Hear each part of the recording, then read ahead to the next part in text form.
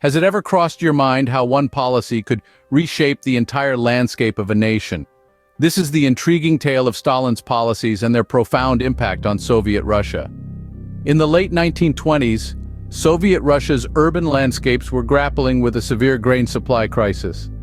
The year was 1928 when Stalin decided to take decisive measures to address this dire situation. Party members were dispatched to grain-producing regions, tasked with overseeing forced grain collections and conducting raids on kulaks.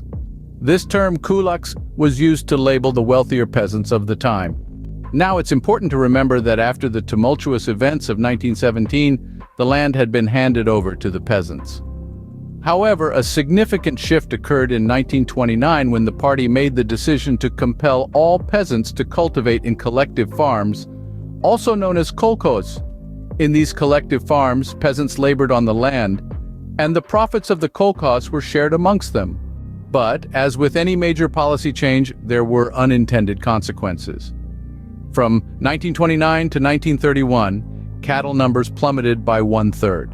Stalin's government did permit some independent cultivation, but those who chose this path were often met with antipathy.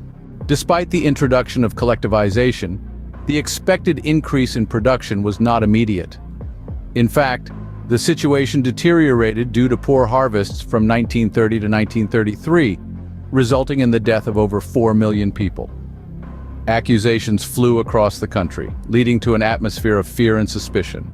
By 1939, over 2 million people found themselves incarcerated in prisons or labor camps.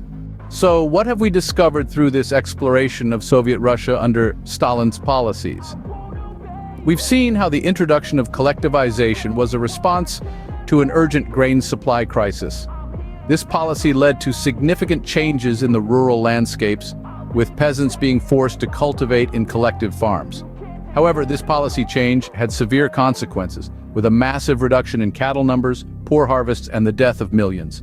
Moreover, it led to widespread accusations and the imprisonment of millions in prisons and labor camps.